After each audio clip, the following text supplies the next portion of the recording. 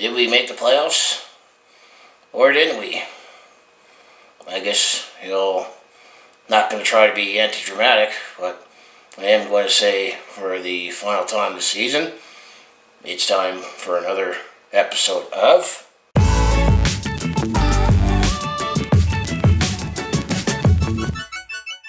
Hi there, it's Brett Hornby here, and welcome back to another episode of my Calgary Hitmen in 4. This will be Season 4, episode number 13, and a couple words didn't quite go out how I want to ask about did we make the playoffs or not, but I guess your clue was for the final time this season. That would pretty much give you your answer.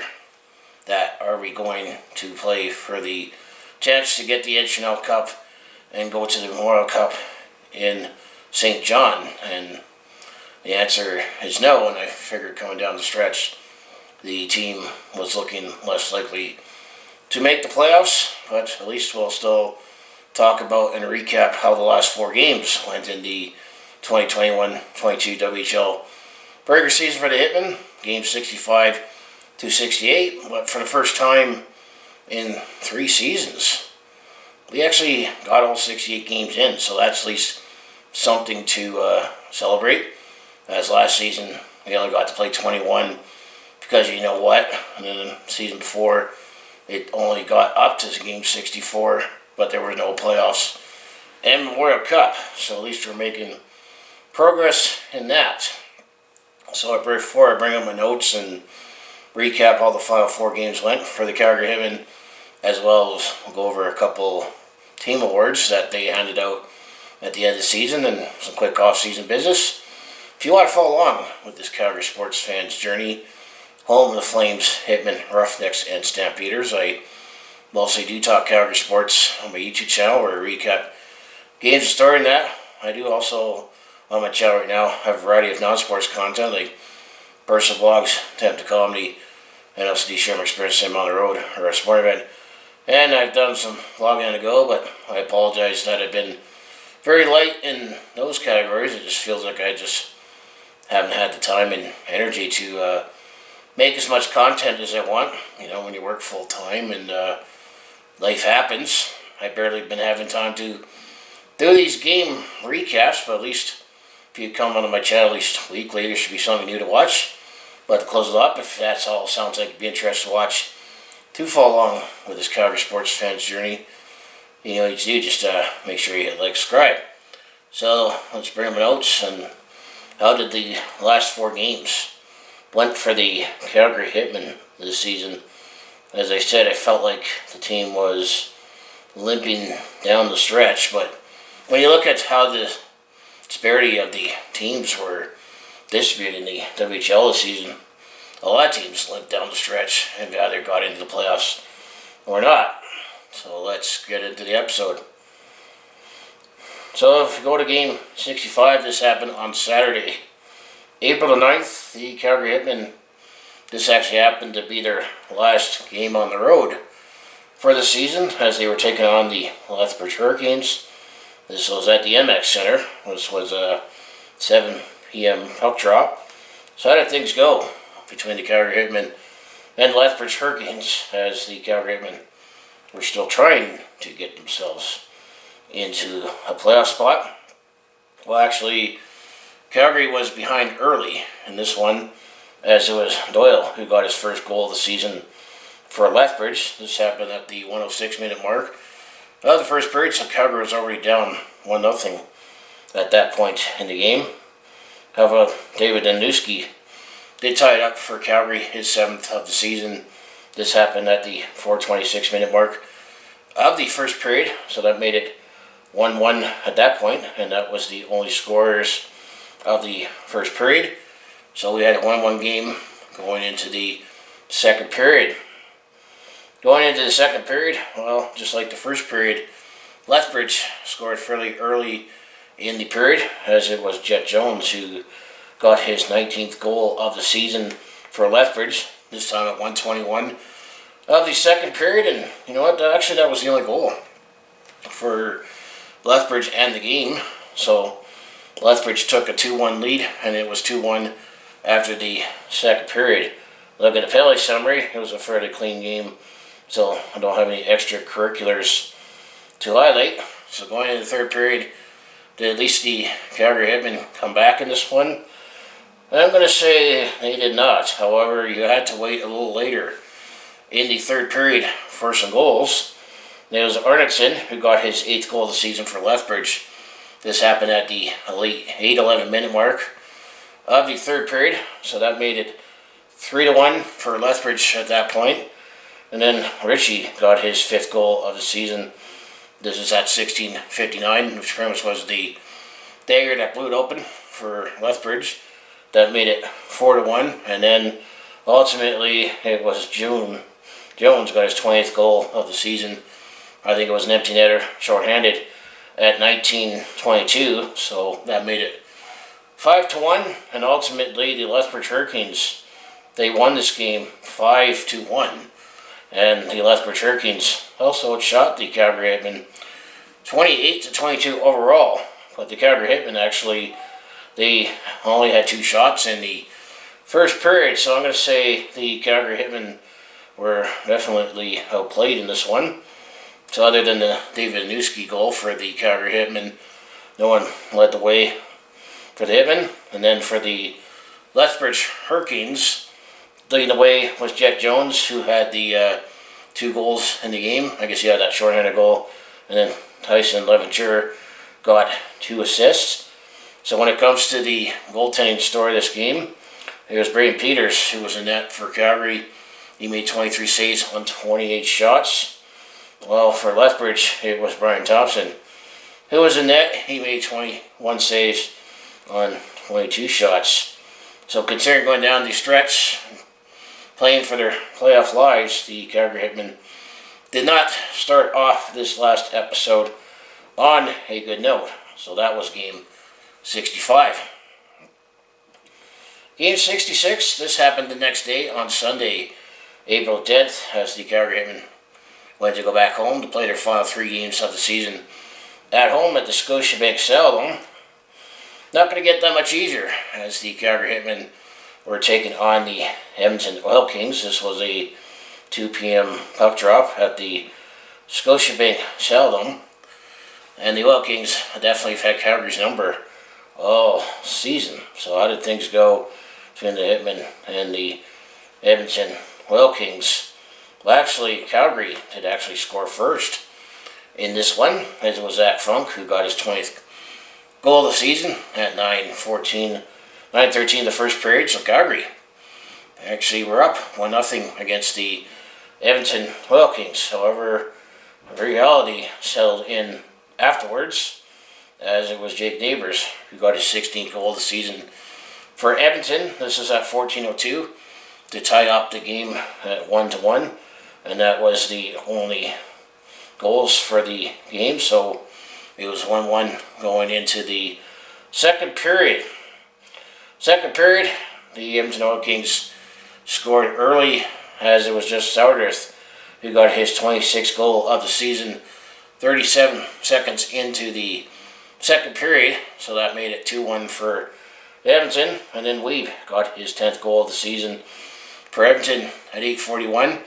So that made it 3-1 for the Edmonton Oil Kings, and that's actually how things stood after the second period, as Edmonton now had a 3-1 lead going in to the third period. And then the only goal in the third period did not happen until late in the third period. It was Dylan Gunther who got his 45th goal of the season at 18:57, I meant to say, of the third period. So Edmonton took this one 4-1 after that goal. So Edmonton won this one 4-1. And it was fairly clean. There was a couple of coincidental minors that happened at the 16-minute mark, but it wasn't the Battle of Alberta, as you could expect, between Calgary and Edmonton. But Edmonton continued to have in their number, in their way, with the Calgary Hitmen, as they won this one 4-1. And the Edmonton Oil Kings, they also dominated on the shot clock, as the Edmonton Oil Kings, they outshot the Calgary Hitmen 41-29 overall. So I said that Zach Funk was the only one that scored for Calgary. So leading away for the Edmonton Oil Kings, you had 3 players with a goal and assist for 2 points, and Dylan Gunther, Jake Neighbors, and Justin Sourdiff. So when it comes to the goaltending story of this game, Lethan Banachur was in net for Calgary as he made 37 saves on 40 shots. So yeah, that last goal Edmonton did score was an empty netter. And then on the Edmonton side of the puck, it was Sebastian Cossa, which I believe he did get drafted by the Detroit Red Wings. In this past draft, he made 28 saves on 29 shots. So Calgary, in the second last weekend of the regular season, we're still not looking good, and we're precariously outside looking in on the final playoff spot. So that was game number 66. So game 67, this happened on Wednesday, April the 13th, as the Calgary Hitmen were still at home. They were taking on the Lethbridge, or this time the Red Deer Rebels, and this was a 7 p.m. puck drop at the Scotiabank Saddledome.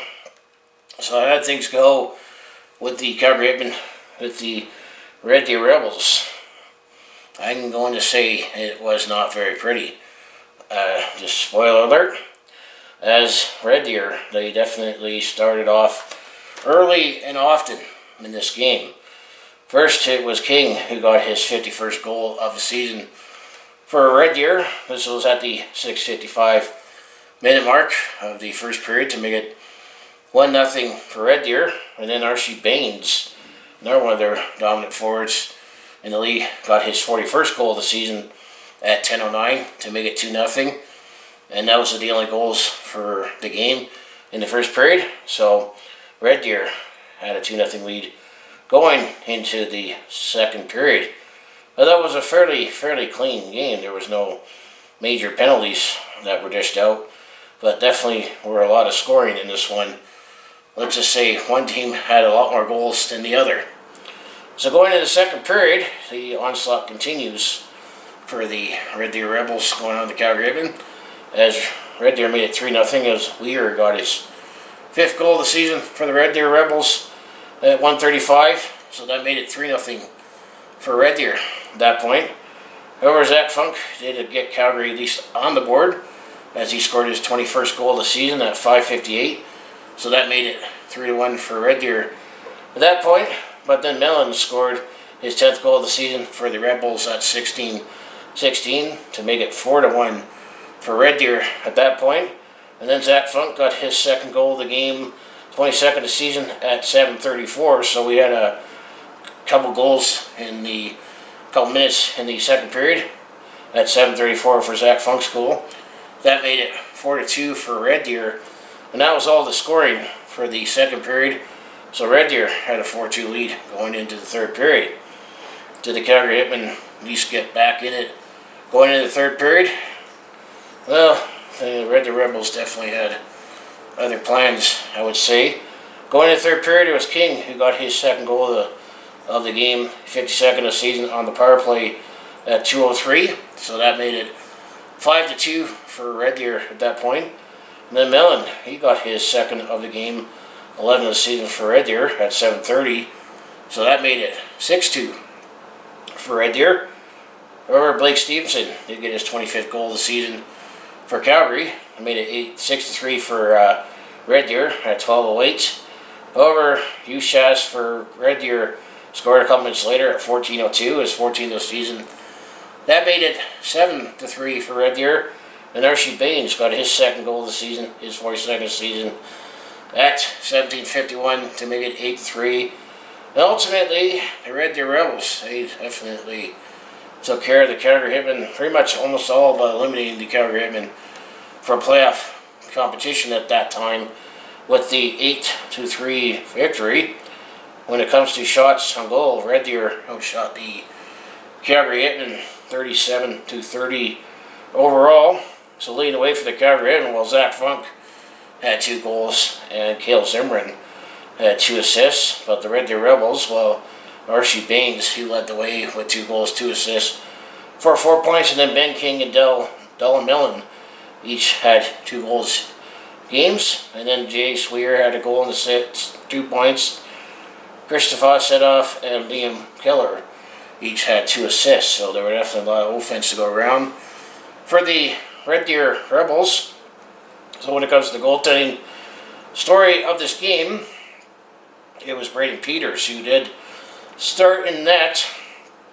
He made 28 saves on 34 shots before Evan Von Schurer took over the rest of the way in the third period, as he only made 1 stop on 3 shots, so it wasn't a good night for goaltending in this one.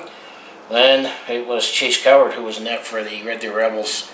He made 27 saves on 30 shots played the whole game.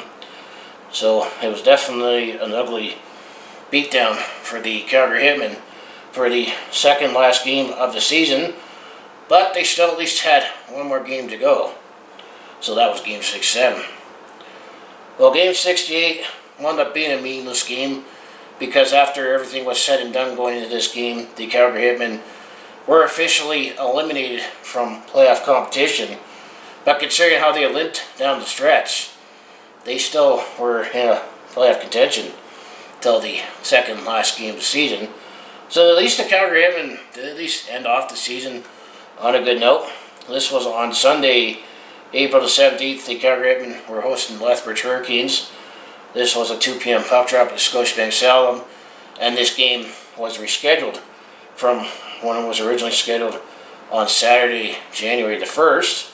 So at least games got moved around, but they all got in the books, all 68 games league-wide. So how did things go for the Calgary Hitmen against the Lethbridge Hurricanes to wrap up the season? And actually, things did not look good for Calgary early, as the Lethbridge Hurricanes opened up the scoring, as they scored twice in the first period. It was Edwards who got his 10th goal of the season on a power play at 8:46, so that made it 1-0 for Lethbridge at that point. And then Bentham got his 5th goal of the season at 11:30 to make it 2-0 for Lethbridge. That was all the scoring to go in the first period, so it was 2-0 for Lethbridge going into the second period.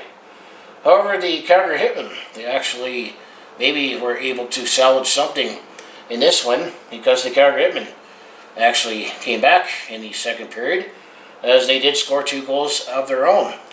First goal for the Calgary Hitmen did not come until 11:40 of the second period. This was his 23rd goal of the season for Sean Shigell. That made it 2-1 for Lethbridge at that point. And then it was Riley Fitter-Schultz on the power play, his 20th goal of the season. He had 18-27 to make it 2-2. So Lethbridge had 2 goals in the first period, and then Calgary scored 2 goals in the second period. So we had a 2-2 game going into the third period. Third period, it was definitely you could tell there was a lot of intensity in this game. There was no penalties, no big scoring chances. It was a very plain third period from what I read. So nothing happened. So you know what I say? This one needed overtime.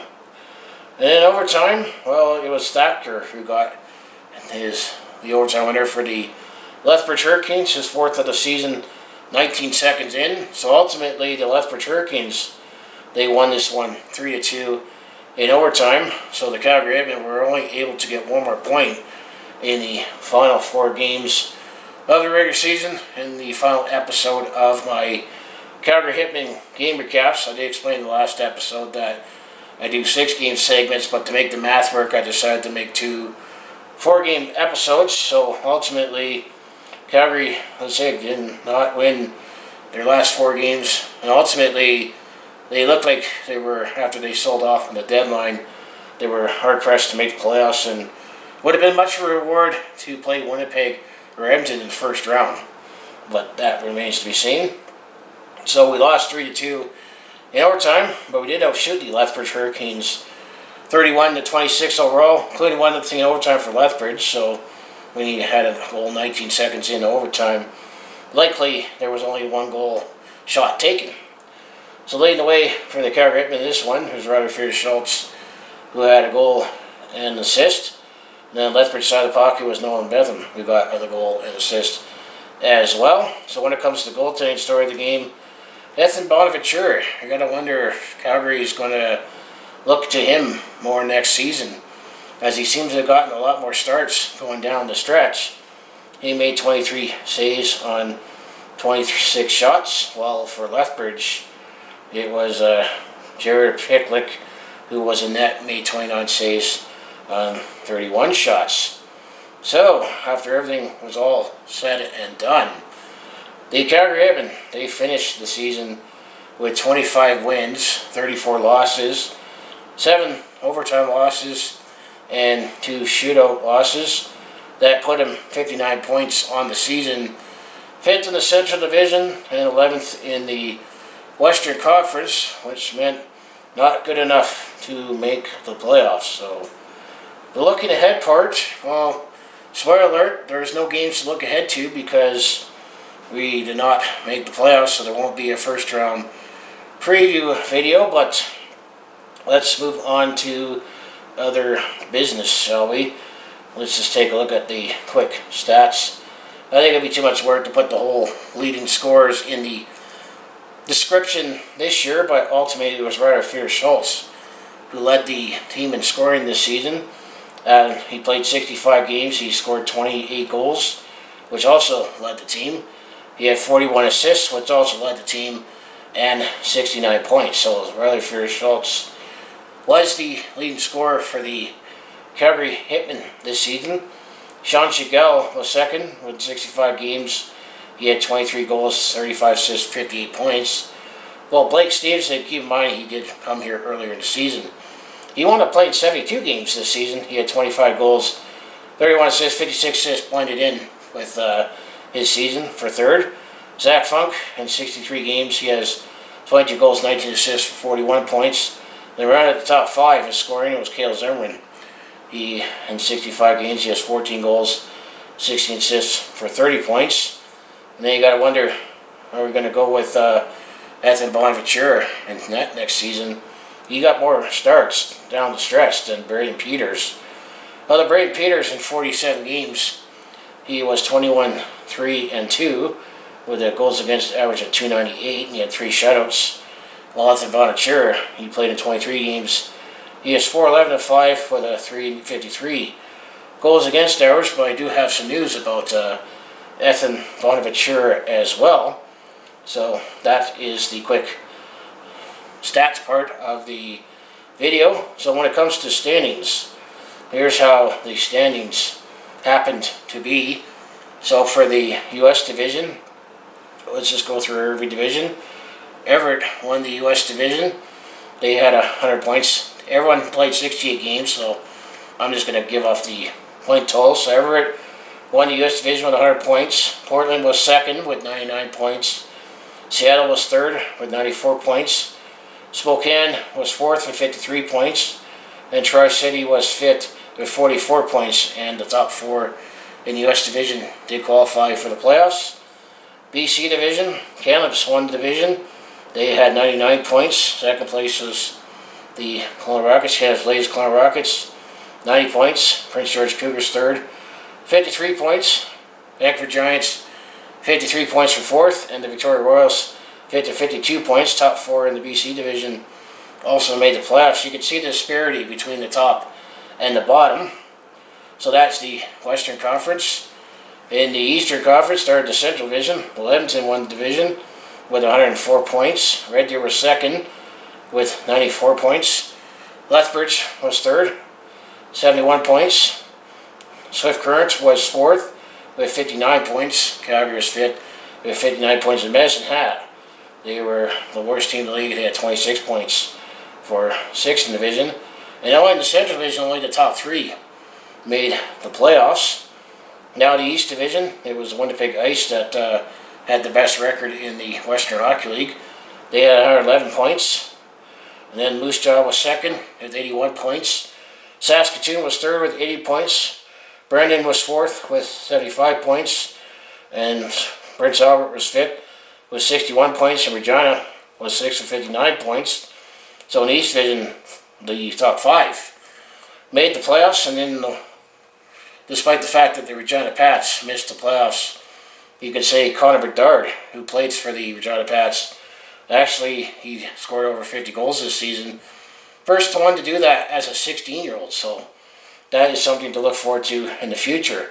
So how the matchups broke up, just to give out food for thought for the WHL playoffs. So now if you look at the conference format, you had the Everett Silvertips. They were hosting the Vancouver Giants, and that's 100 points versus 53. So that tells you there's been a wide gap between the top and the weaker teams this year. Then the 2-7 is the Canada's Blazers hosting the Spokane Chiefs. And then the 3-6, the Portland Winterhawks would be hosting the Prince George Cougars. And then the 4-5, you would have the Seattle Thunderbirds hosting the Kelowna Rockets. And then the Western Conference, how the playoff picture worked out is you had the Winnipeg Ice. They would be hosting the Prince Albert Raiders. And then the 2-7, you had the Edmonton Oil Kings hosting the Lethbridge Hurricanes. Keep in mind the Edmonton Ice, they have 111 points, while the Prince Albert Raiders had 61 points. Sounds like the old 80s hockey in the NHL, where we had 40 gap point differential. Third place, the 3-6 matchup, you had the Red Deer Rebels. They are hosting the Brandon Wheat Kings. I'm sure they're doing the 2-3-2, given the bus ride between that. And then the 4-5, you had the Moose Jaw Warriors hosting the Saskatoon Blades. So that is the standings story of the quick stats and standings. So unfortunately, we did not make the playoffs to mention, but a couple off-season business we'll talk about to wrap up this video is that there's a Canada under-18 team, and Ethan Bonaventure as well as Graydon Slipman. They were named to the Team Canada under-18 that is going to the Ivan Holenka tournament, so there's some Calgary Hitmen players to watch over there. And then the fact that the draft lottery has been determined for the Calgary Hitmen, they will pick fourth in this upcoming prospects draft, so that will be coming shortly. And then the team awards.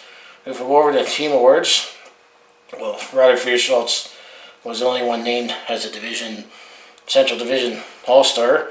So the elite, marketing Hitman team awards. Player of the Year goes to Rutherford Schultz.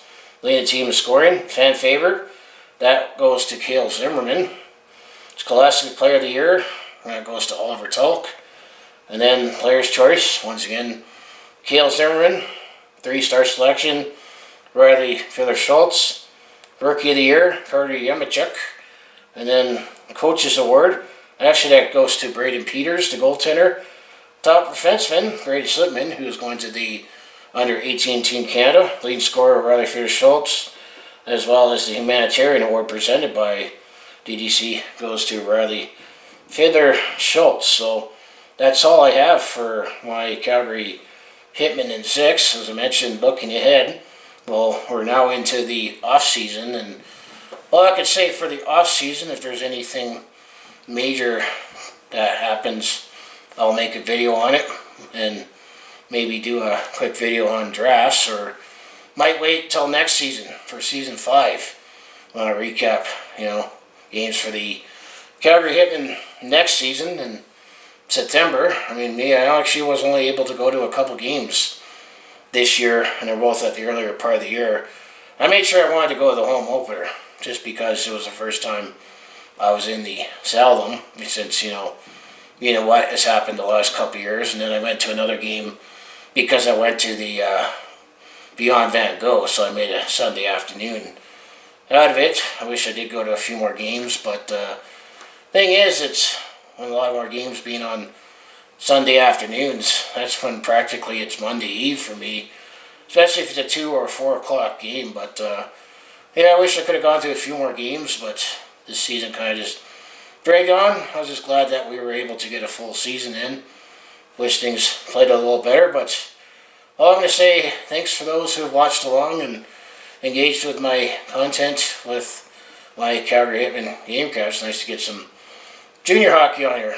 So to close it out, I always like to say, if you want to follow along with this Calgary sports fan's journey, home of the Flames, Hitmen, Roughnecks, and Stampeders, I mostly do talk Calgary sports from each channel where we recap games and stories. But I also do have a variety of non-sports content. Keyword's been is when I've had time, like personal vlogs. Attempt to comedy. I also do share my experiences on the road or a sport event. And I do have some blogging to go, which I do have other plans to eventually do. I still want to catch up with all the videos that I'm trying to catch up with the last couple weeks. Before I move on to that, but if that all sounds like the interest to watch, to follow along with this Calgary sports fans journey, you know what you do, just make sure you hit like, subscribe. I also have my other social media links down in the description below for other ways to follow me. And of course, I have my second channel in Brett Hornby Shorts, where I exclusively put my short form content on there, so I appreciate you like, subscribe both here on my main channel as well as my second channel. So I was going to say, let's go Hitmen. That's another season in the books. Other things you can look for to watch, well, Calgary Flames, they are going to make the playoffs.